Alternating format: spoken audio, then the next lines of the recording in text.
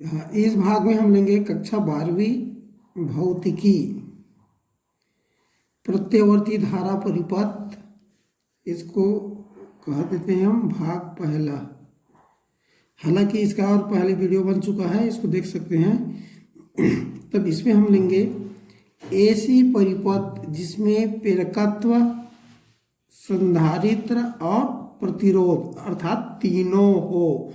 हम ऐसी परिपथ ले रहे हैं जिसमें क्या है, प्रेरकत्व, संधारित्र और प्रतिरोध तीनों है, जिसको LCR परिपथ के नाम से जानते हैं। तब लेते हैं माना प्रेरकत्व A, संधारित्र C तथा प्रतिरोध R एक क्या है, प्रत्यवर्ती धारा स्रोत के साथ श्रेणी क्रम में जुड़े हैं। जैसे इस डायग्राम में यहाँ पर दिया गया है, ये प्रेरकत्व, संधारित्र और प्रतिरोध तीनों जुड़ा हुआ है।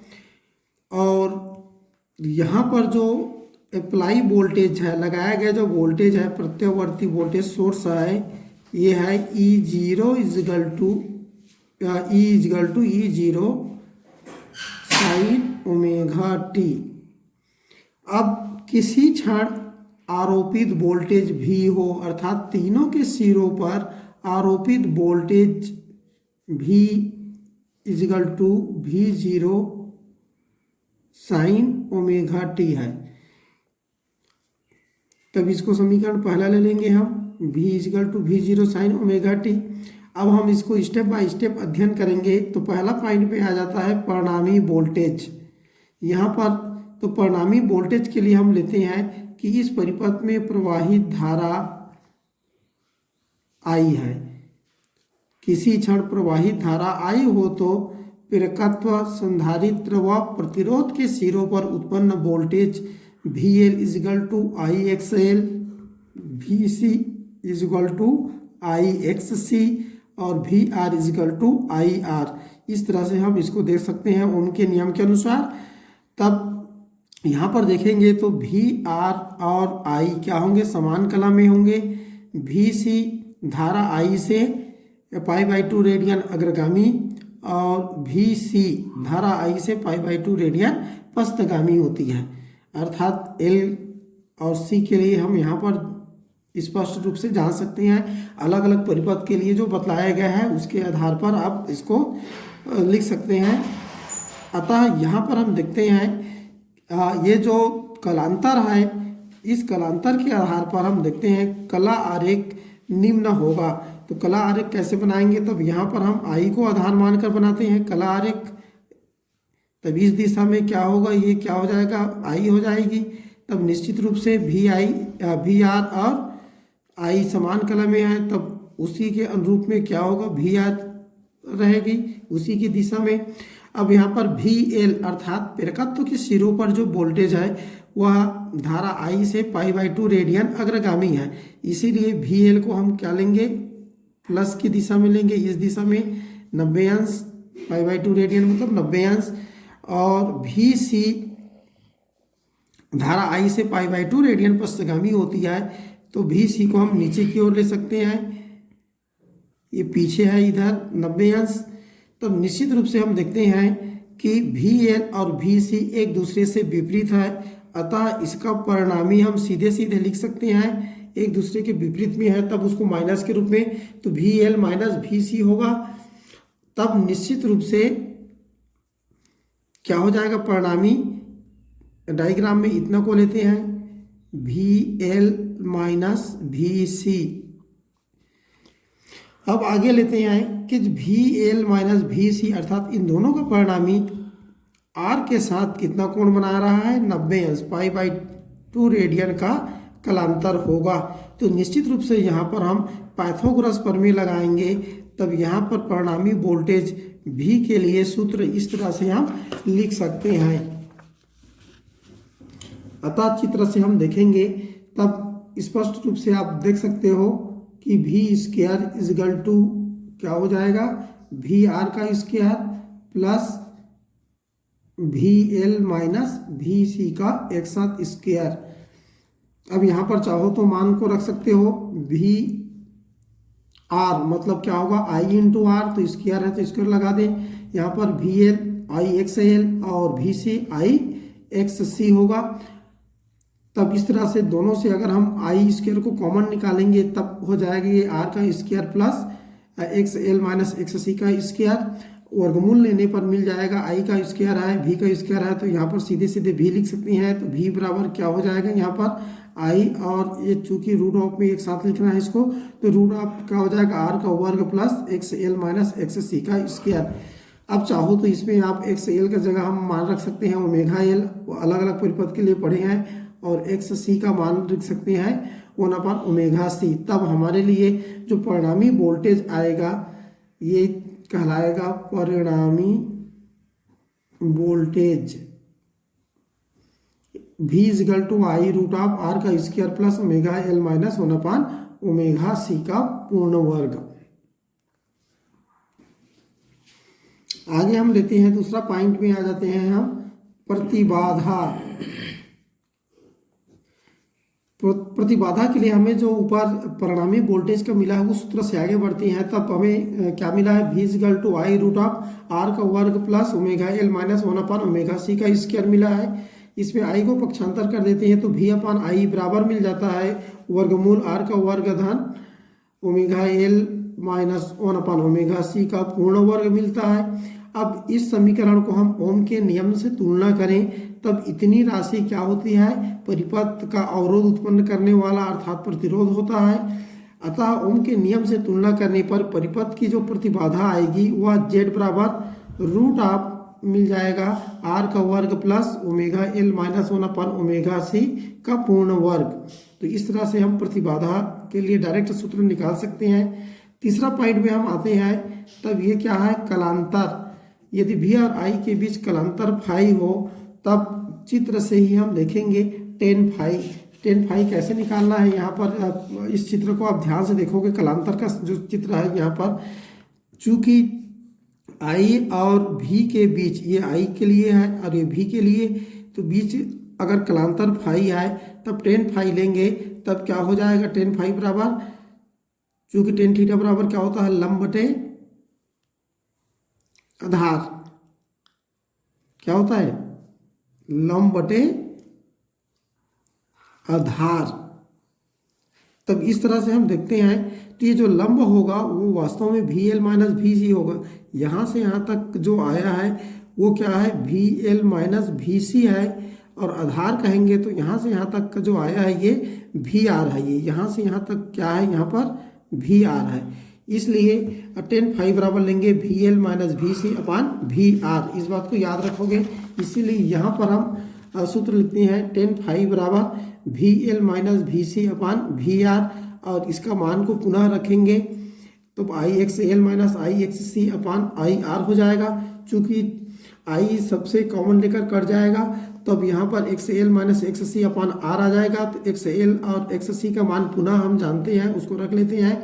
तब मिल जाता है tan phi equal to omega L minus 1/ओमेगा C upon R, अर्थात फाई इजगल टू मिल जाएगा तब tan inverse omega L minus 1/ओमेगा C upon R. तो इस तरह से हम कलांतर डायग्राम से ही ज्ञात कर सकते हैं। अगला पॉइंट आ जाता है यहाँ पर प्रवाहित धारा। अब चूंकि हमारे पास कलांतर मिल गया है और प्रतिबाधा मिल गया है, तब इन दोनों के आधार पर हम जो प्रवाहित धारा का समीकरण यहाँ पर हम लिख सकते हैं। यदि प्रवाहित धारा आई है, पहले भी हम मान ले चुके हैं कि प्रवाहित धारा आई है, तो उसको हम निम्न समीकरण से प्रदर्शित करेंगे। तब क्या होगा I equal to I zero sine omega t minus phi.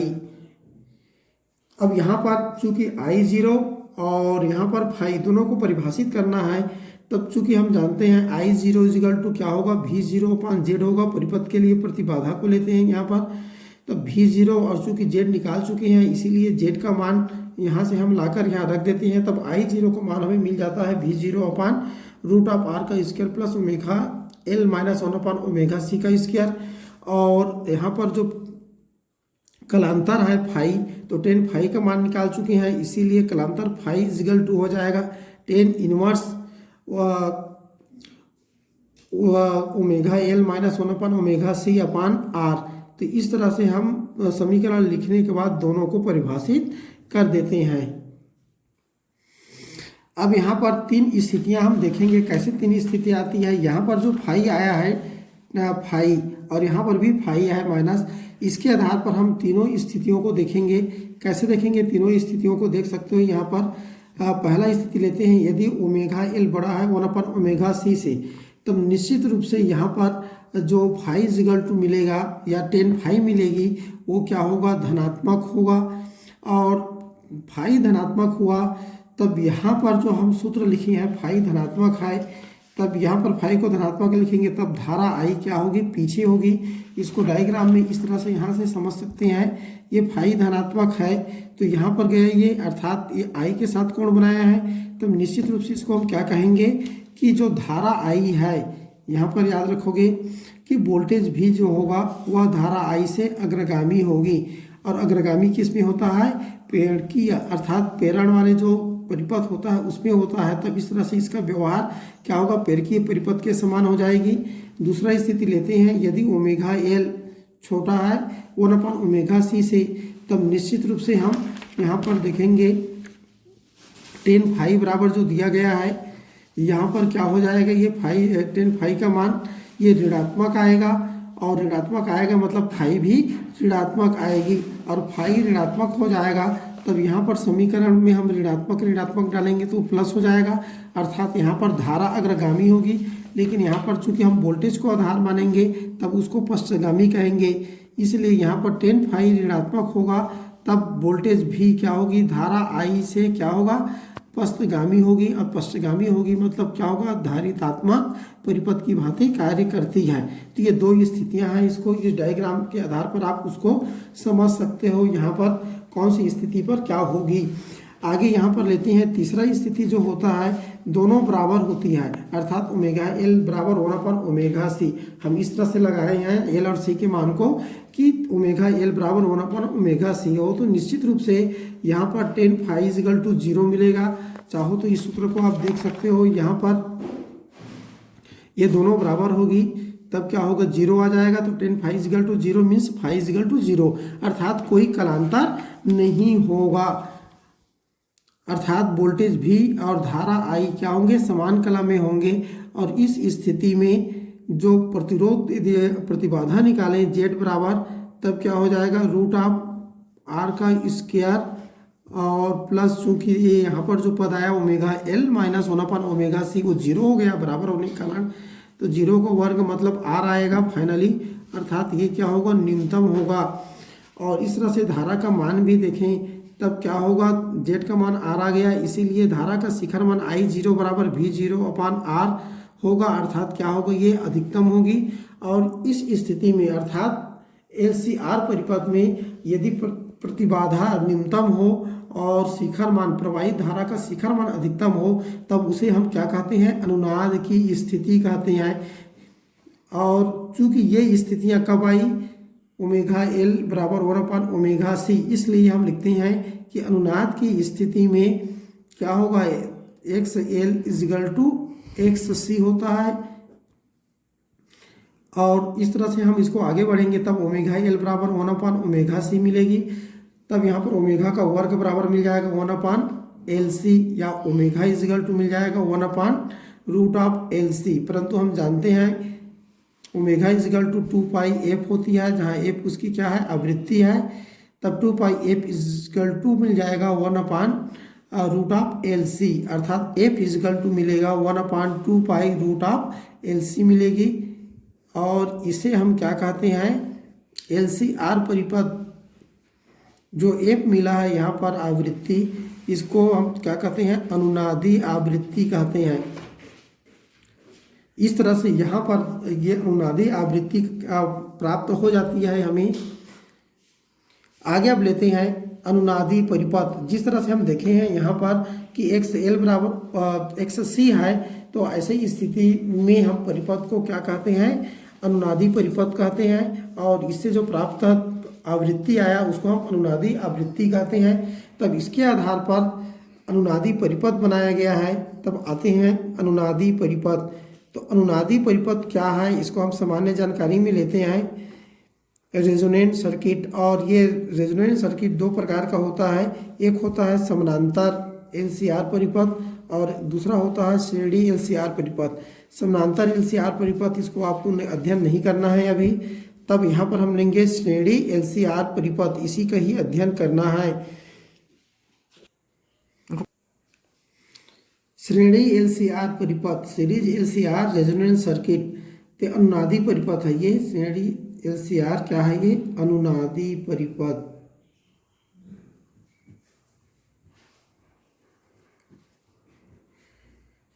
तब यहाँ पर श्रेणी एलसीआर परिपथ में एसी स्रोत की विशिष्ट आवृत्ति के लिए परिपथ में बहने वाली धारा का मान अधिकतम होता है, और जिस आवृत्ति के लिए परिपथ में अधिकतम धारा प्रवाहित होती है उस आवृत्ति को उस परिपथ की अनुनादी आवृत्ति या स्वाभाविक आवृत्ति कहते हैं, और इस परिपथ को श्रेणी एलसीआर अनुनादी परिपथ कहते हैं।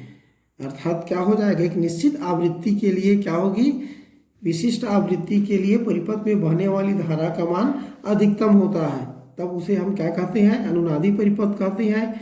और उस आवृत्ति को जिसके लिए बहने वाली धारा का मान अधिकतम होता है उसे हम अनुनादी आवृत्ति कहते हैं।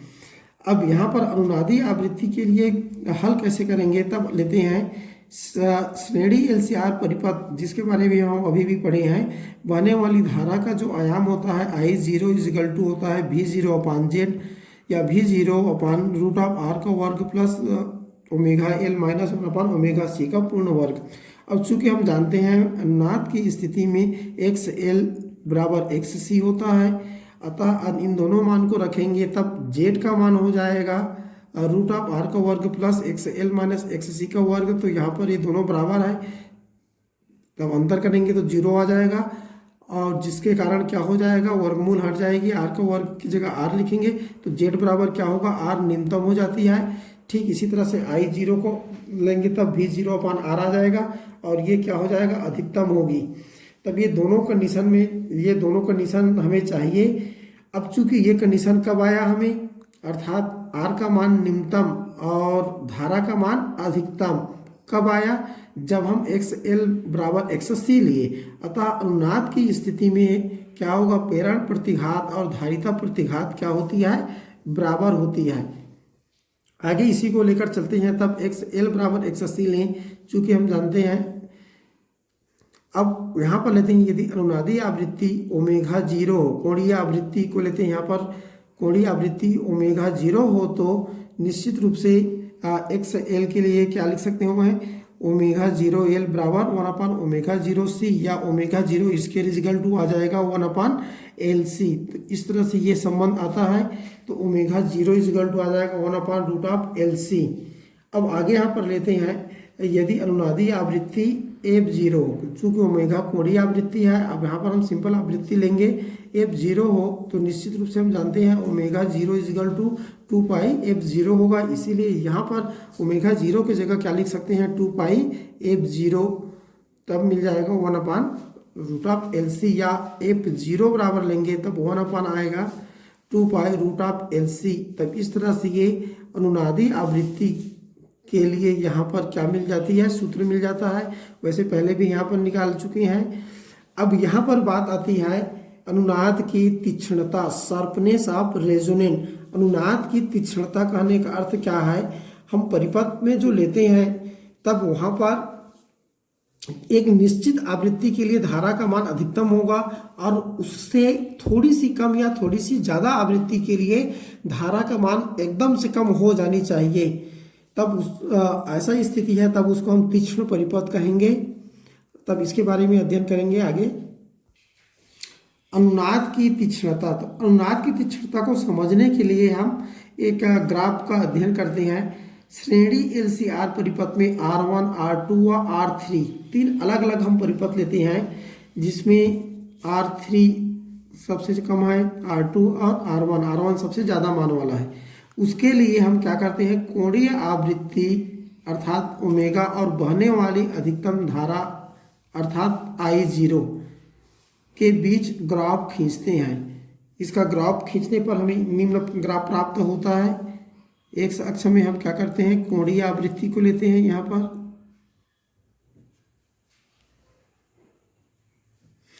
और जो वाई अक्ष में हम क्या कहते हैं, मैक्सिमम बहने वाली धारा, अर्थात किस फ्रीक्वेंसी के अंतर्गत, किस आवृत्ति के अंतर्गत धारा किस तरह से बह रही है। तो R1 के लिए, अर्थात जिसके लिए ज़्यादा मान है उसके लिए ग्राफ खींचते हैं, तब उसको इस तरह से हमें ग्राफ प्राप्त होता है। दूसरा के लिए अगर हमने R से थोड़ा सा मान क्या है, कम है, उस R1 से R का मान कम है, R2 का मान, तब ये थोड़ा ग्राफ इस तरह से मिल जाता है। तीसरा जिसमें R का मान लगभग 0 है, सबसे कम है, उसके लिए ग्राफ खींचते हैं, तब ये ग्राफ हमें इस तरह से मिल जाती है। इस ग्राफ से हम देखते हैं, तब पहला जो पॉइंट आता है अनुनाद, ये जो आवृत्ति है ओमेगा 0, तो अनुनादी आवृत्ति, इसमें क्या हो जाएगा, जो शिखर मान प्राप्त होगा उस आवृत्ति को हम क्या कहते हैं, अनुनादी आवृत्ति, क्योंकि जिसके संगत धारा का मान अधिकतम होता है, इसको हम लेते हैं ओमेगा 0 लेते हैं। तब अनुनादी आवृत्ति ओमेगा 0 पर धारा का मान अधिकतम होता है तीनों के लिए। यहाँ पर देख सकते हो, पहले के लिए भी, दूसरे के लिए भी और तीसरे के लिए भी। दूसरा जो यहाँ से निष्कर्ष निकलता है, अनुनादी आवृत्ति ओमेगा 0 परिपथ के प्रतिरोध R पर निर्भर नहीं करती, अर्थात जो ओमेगा 0 आता है वह पहले के लिए, दूसरे के लिए, तीसरे के लिए, सब के लिए समान आती है। अर्थात परिपथ की जो अनुनादी आवृत्ति है वह उस परिपथ के जो ओमी प्रतिरोध R है उस पर निर्भर नहीं करता है। तीसरा लेते हैं धारा की शिखर की तीक्ष्णता। तो तीक्ष्णता क्या होती है, यहाँ पर धारा की शिखर की तीक्ष्णता, अर्थात तीक्ष्ण कहने का अर्थ है नुकीला को हम तीक्ष्ण कहते हैं। मान लो कोई आपकी पेंसिल है, पेंसिल की बात करते हैं, आपका जो पेंसिल है इसका नोक अगर इस तरह से है तब इसको हम क्या कहेंगे, सपाट कहेंगे। अगर पेंसिल थोड़ा सा कम नुकीला है तो कम नुकीला कहेंगे। अगर पेंसिल का जो नोक है वो ज़्यादा नुकीला है तब उसको हम क्या कहेंगे, तीक्ष्ण कहेंगे। तो इस तरह से हम देखते हैं कि धारा की शिखर की तीक्ष्णता प्रतिरोध R पर निर्भर करती है। अर्थात इसमें देखते हैं तब इस तरह से सपाट आता है, इसमें थोड़ा सा तीक्ष्णता की ओर आगे बढ़ती है, और इसमें देखते हैं तब ये नुकीला वाला भाग ज़्यादा नुकीला आ जाता है। तब इसी को यहाँ पर कहा गया है कि धारा की शिखर की तीक्ष्णता प्रतिरोध R पर निर्भर करती है। प्रतिरोध R का मान जितना कम होता है धारा का शिखर की तीक्ष्णता उतनी ही अधिक होती है। अतः हम कह सकते हैं R का मान कम होने पर अनुनाद तीक्ष्ण होती है और R का मान अधिक होने पर अनुनाद सपाट कहलाता है। तो क्लियर हो गया अनुनाद की तीक्ष्णता क्या है यहाँ पर। अब यहाँ पर तीक्ष्णता को हम किस तरह से हम मापें, अर्थात आपको कहा जाएगा कि नुकीलापन अगर कहा जाएगा तब ये जो सिलाई करने वाली मशीन है, अगर बड़ा सुई है तब उसका नुकीला कम नुकीला कहलाएगा, अगर पतला सुई रहेगा तब उसकी नुकीला और ज़्यादा नुकीला होगा। इस तरह से तो नुकीलापन कितना है उसको हम एक बैंड चौड़ाई के आधार पर परिभाषित करते हैं। तब आगे यहाँ पर लेते हैं बैंड चौड़ाई क्या है, इसको पहले ले लेते हैं। तो आवृत्ति ओमेगा 0 के दोनों ओर की जो आवृत्तियां हैं ओमेगा 1 और ओमेगा 2, अर्थात दोनों ओर की जो आवृत्ति यहाँ पर लेते हैं, एक साइड का इधर का जो जिसका मान ओमेगा 0 से कम होगा और दूसरा जो मान लेते हैं ये क्या हो जाता है, ओमेगा 2 होता है, इसका मान ओमेगा 0 से अधिक होती है। तो ओमेगा 1 और ओमेगा 2 होती है, जिसके संगत परिपथ में बहने वाली धारा का मान अधिकतम मान का 1/वर्गमूल 2 गुना होता है।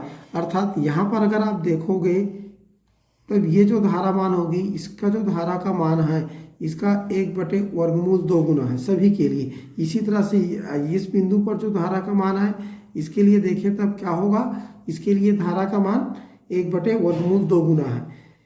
तब उसी को कहा गया है ओमेगा 1 ओमेगा 2 ऐसे आवृत्तियां हैं जिसके संगत परिपथ में बने वाली धारा का मान अधिकतम मान का 1/वर्गमूल 2 गुना होता है।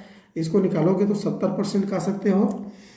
और इन आवृत्तियों के अंतर अर्थात ओमेगा 2 माइनस ओमेगा 1 को हम क्या कहते हैं, बैंड चौड़ाई कहते हैं।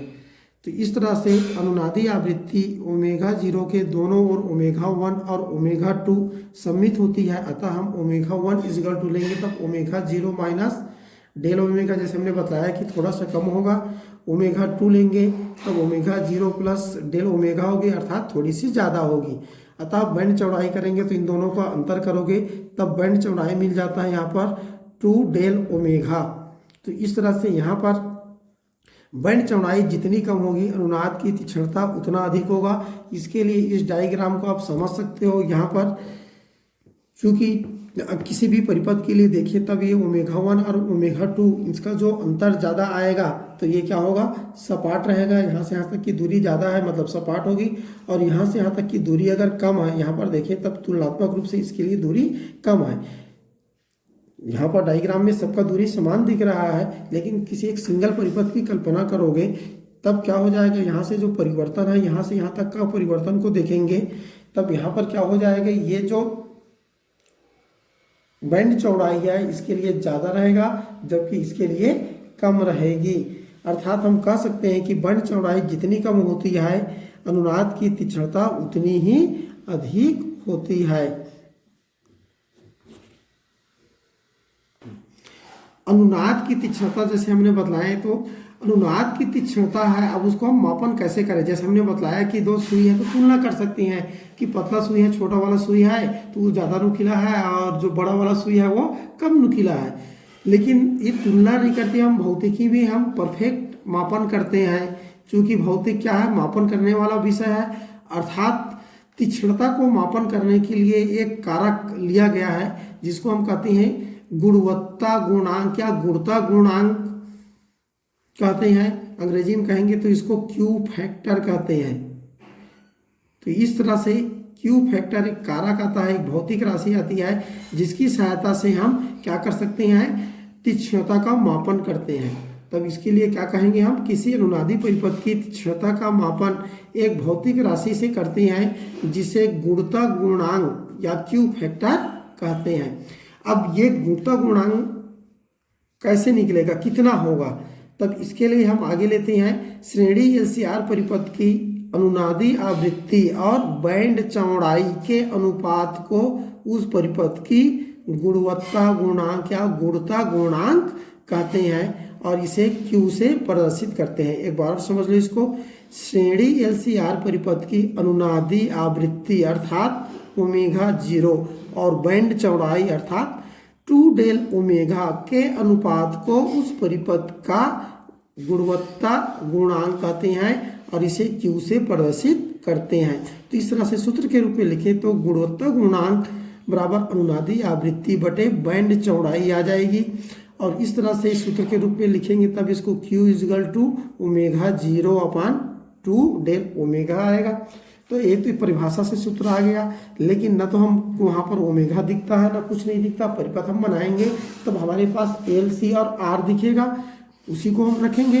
तो इसको इस सूत्र को एल और सी और आर के रूप में हम कैसे ले सकते हैं, तब आगे लेते हैं हम गुणता गुणांक या क्यू फैक्टर के लिए व्यंजक।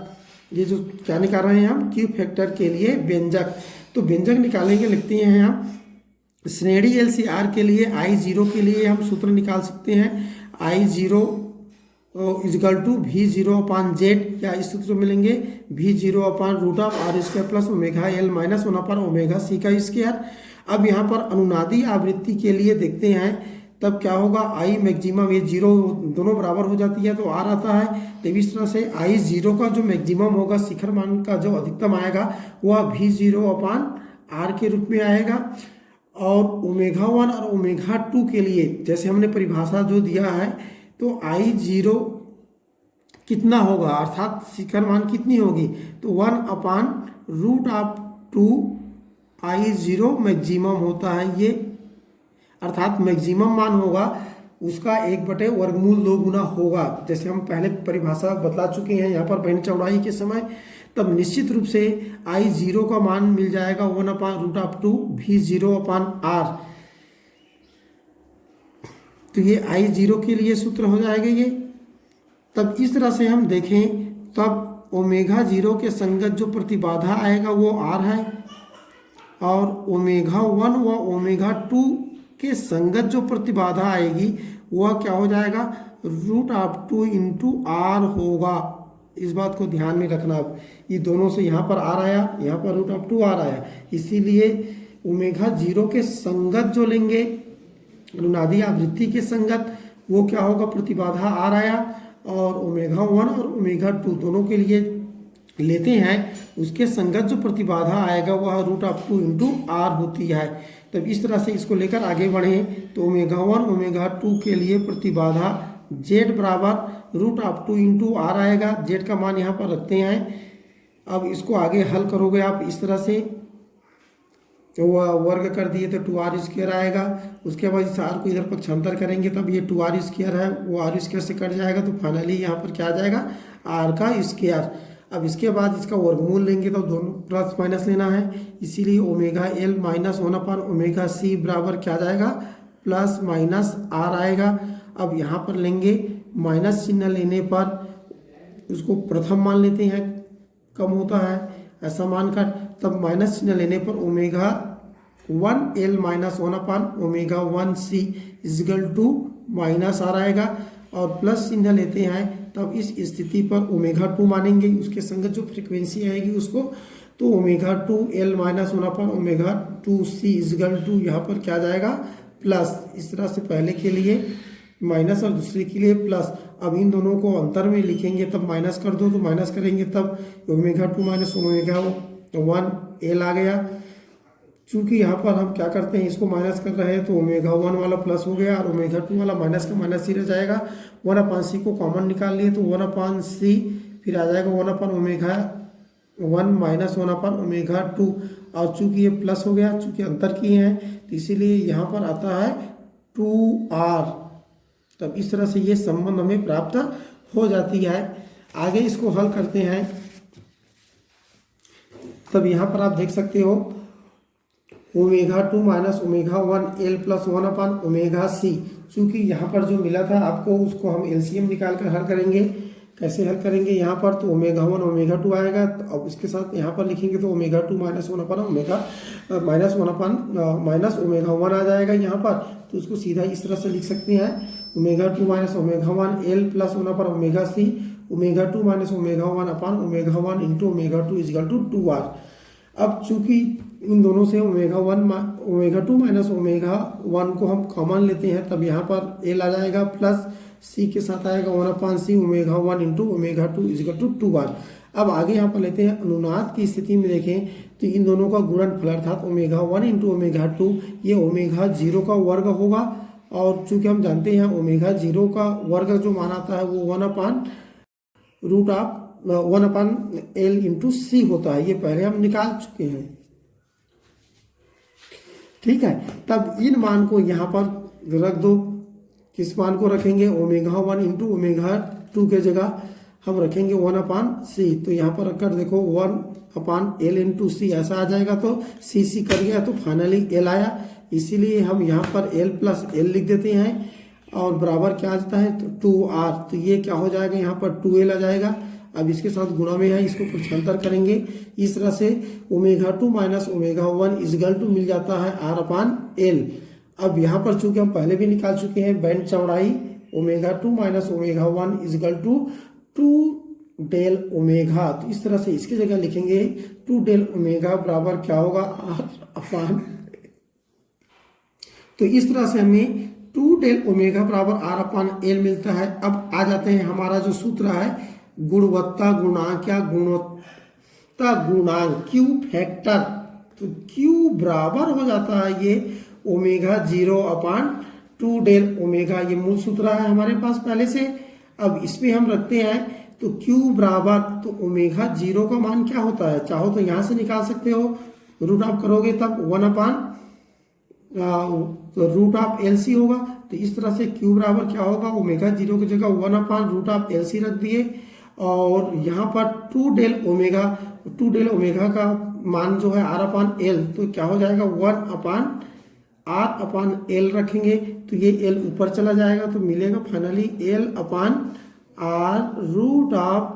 एल इंटू सी। अब यहाँ पर चूंकि ये रूट ऑफ के अंदर एल को रखेंगे तो एल इंटू एल 2 बार आएगा, तो एक एल नीचे से कट जाएगा।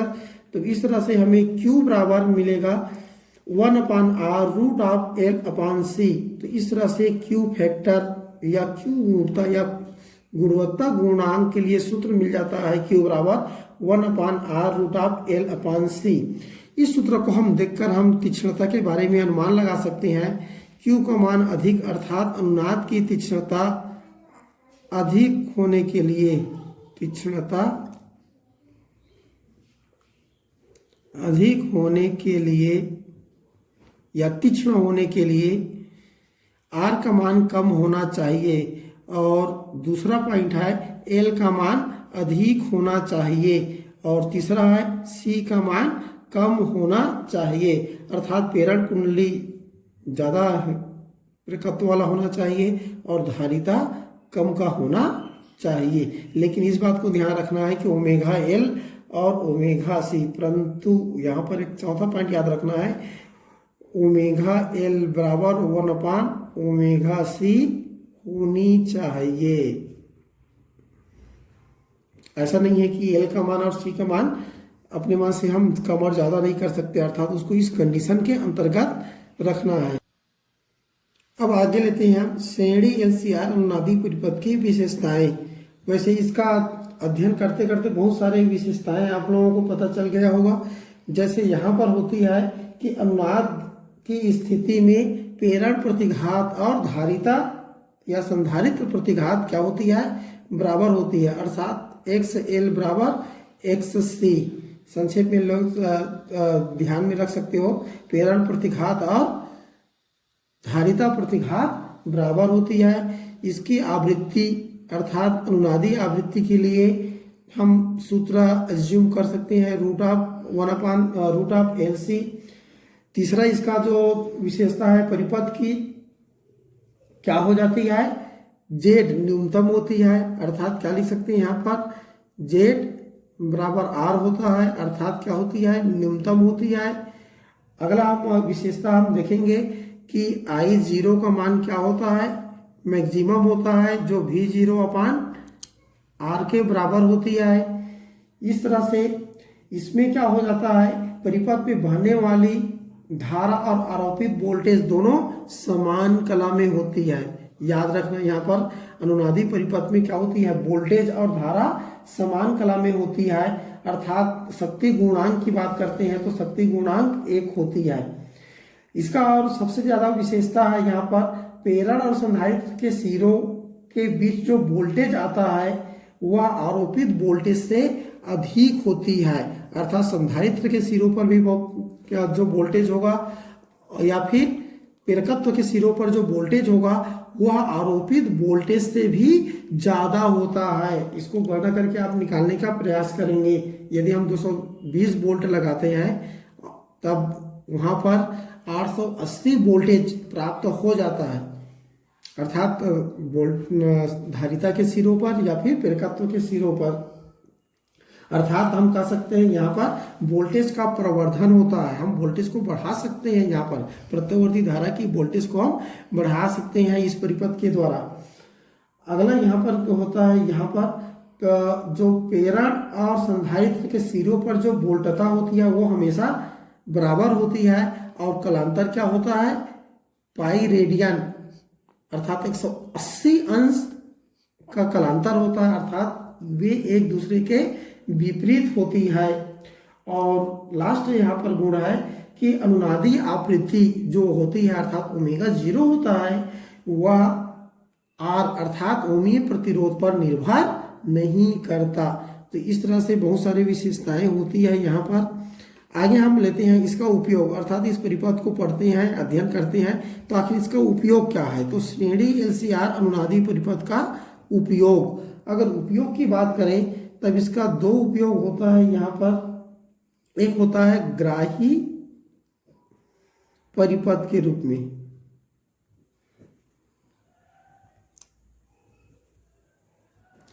तो ग्राही परिपथ क्या होता है, यहाँ पर मान लो आपके पास कोई ऐसा वोल्टेज सोर्स है जिसमें अलग अलग आवृत्तियों का वोल्टेज उत्पन्न हो रही है, अब उसमें से हम एक निश्चित वोल्टेज को हमारा लेना है, तब इसमें हम क्या कर सकते हैं, इस परिपथ का उपयोग कर सकते हैं, क्योंकि यह क्या होती है, एक निश्चित आवृत्ति अर्थात 1/2π√LC आवृत्ति के लिए धारा को प्रवाहित होने देती है, बाकी को रोक लेती है। अर्थात हम इसमें हम क्या करते हैं, ग्राही परिपथ के रूप में इस परिपथ का उपयोग करते हैं। और जो दूसरा इसका उपयोग होता है, ये होता है रेडियो सेट में। रेडियो एवं जो टीवी सेट होता है, रेडियो और टीवी सेट में भी इसका उपयोग करते हैं हम। रेडियो या टीवी सेट में एंटीना के साथ क्या होती है, LCR परिपथ श्रेणी क्रम में लगा रहता है और प्रेषित से आने वाली जो सिग्नल है, तो उन सिग्नलों को वो एंटीना सभी आवृत्तियों को क्या करती है, वहाँ पर ग्रहण करती है, लेकिन हम इस पे हम एक निश्चित आवृत्ति वाले को ही सिलेक्शन कर सकते हैं। तब इस तरह से रेडियो और टीवी सेट में भी क्या करते हैं, यहाँ पर चैनल की जो ट्यूनिंग करना बोलते हैं, उसके लिए इसका उपयोग करते हैं। तो इस तरह से इसका दो महत्वपूर्ण उपयोग है।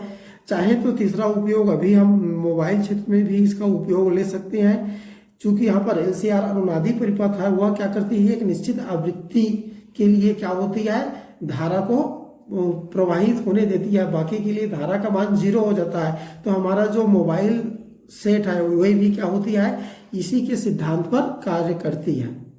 ठीक है।